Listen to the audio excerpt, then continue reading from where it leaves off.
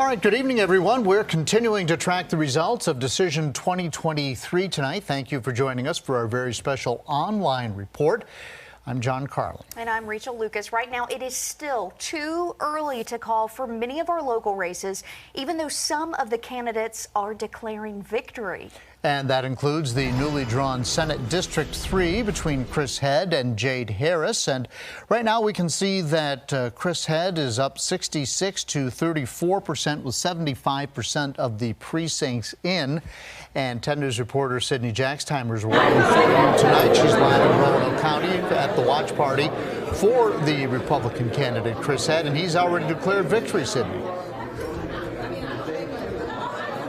Yes, John, Rachel, that's exactly right. Chris Head arrived here in Roanoke County about 20 minutes ago and has declared he won State Senate District 3. Now, Head previously served in the House of Delegates for the last 12 years and will now be taking his experience to the state Senate. Now, he calls himself a proven conservative, saying he's pro-life, pro-Second Amendment, and pro-business. Now, Head just arrived to this watch party where he addressed the crowd. Take a listen.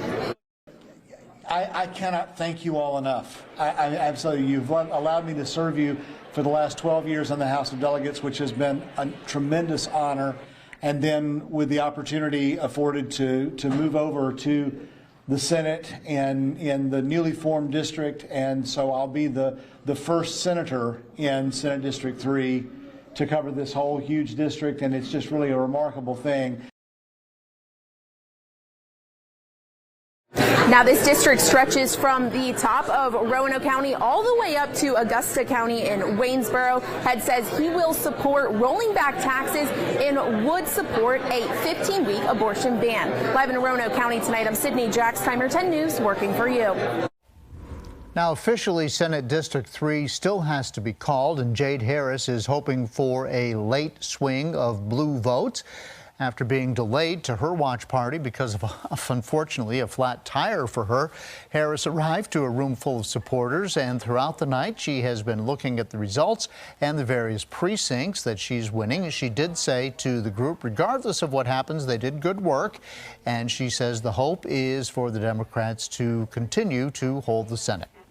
Blue brick wall in the Senate was the only thing standing between us and a red Youngkin trifecta. And we don't want our Virginia to become a Florida. We don't want our Virginia to become a Texas. We want our Virginia to stay Virginia.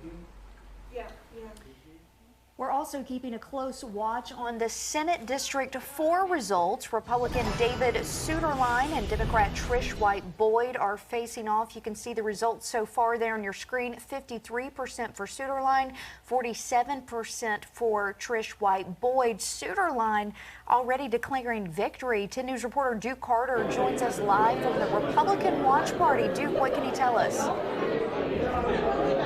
Well, I can tell you there's a lot of excitement here at the Republican Watch Party here at the Holiday Inn in Tanglewood. And I can tell you just right now, you can see so many people are excited here. You can see Senator Suetterlein talking with different media outlets because, of course, as of right now, he has just declared himself the winner of the Senate District 4. And so with those 30,000 votes, as you all just mentioned that. But again, just to give you a scene of what we're dealing with right here, you can see it's still a pretty active scene here at the Republican headquarters. Of course, people still excited about what happened there, but just to kind of give you all a glimpse, he spoke to a crowd of about nearly 4 dozen people, all excited about hearing him win, declaring himself the winner of the Senate District race. But he did say that he is running to make sure that he can include stronger education for students, better electric rates, and tax reliefs for Virginians. We caught up with what he said in his speech. Take a listen to what he had to say. We're going to get ready to go back to Richmond to work for you. We're going to get ready to keep fighting for fair electric rates, tax relief, strong education opportunities, and smart on crime policies. Thank you all for your support. Now, his wife, Ashley Suetterlein, has been supportive of her husband, Senator David Suetterlein, and as we know, we've been reporting that Senator Suetterlein has been on the campaign with Governor Glenn Youngkin in several different rallies, specifically in the New River Valley in Christiansburg, to ensure that people go out and go vote. We'll have more coming up on our broadcast at 11 o'clock, but for now, the reporting, Duke Carter, 10 News, working for you. All right, thank you, Duke. And despite the announcement from Suitor Line, District 4 Democratic candidate Trish White Boyd has not accepted defeat. As of right now, she's awaiting results. The Virginia Department of Election shows the Roanoke City Councilwoman is trailing by 6%. And John, you've been keeping a close eye on this race. Yeah, I have, and I think probably it's still going to result in a Suitor Line victory. And let me tell you why I think that. All of the precincts have been voted in Roanoke City, and Roanoke City is where Trish White Boyd did very well. She won Roanoke City handily. The areas that remain uncounted, there's a precinct here, there's a precinct there, but those are in Salem and in Roanoke County and in various precincts where you would expect Suitor Line to do very well. They're traditional Republican strongholds, and so unless something unusual were to happen in one of those, there's just not enough votes left for her to make that up. Now, one thing that we don't know about is maybe absentee ballots or something like that. And you know, when you just look at the raw numbers in this race, it's not impossible that there could be a swing. But right now we're looking at a 53-47.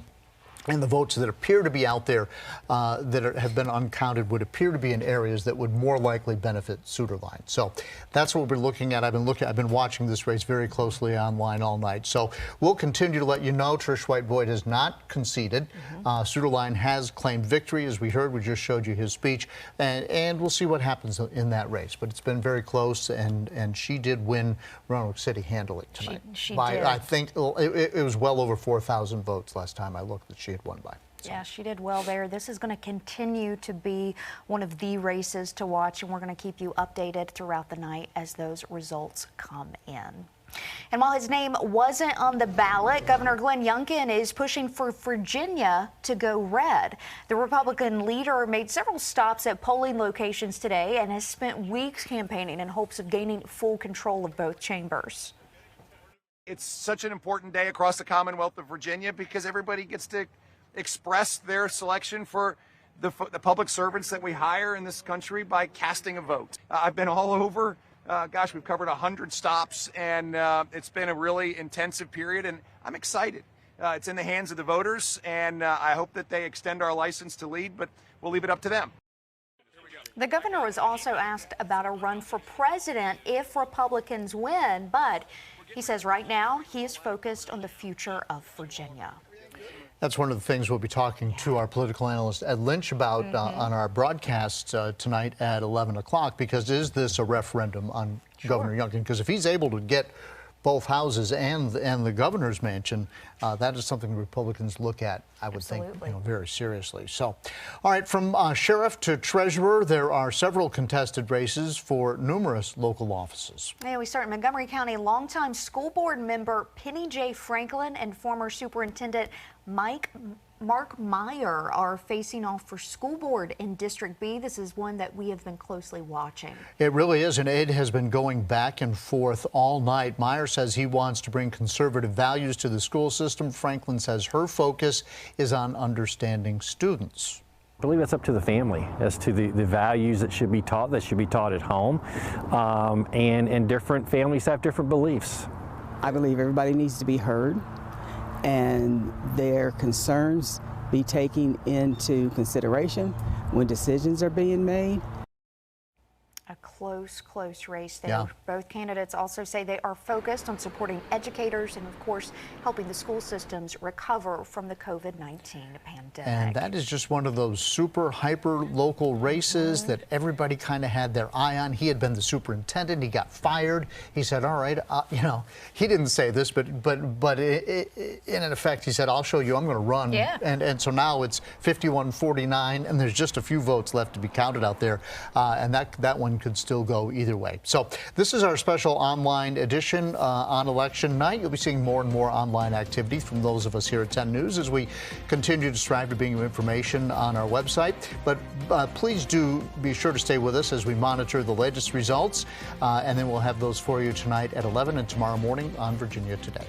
And don't forget that you'll find updates online at WSLS.com all night. You can also scan the QR code you see there on your screen. And you can get alerts sent straight to your phone with the 10 News mobile app.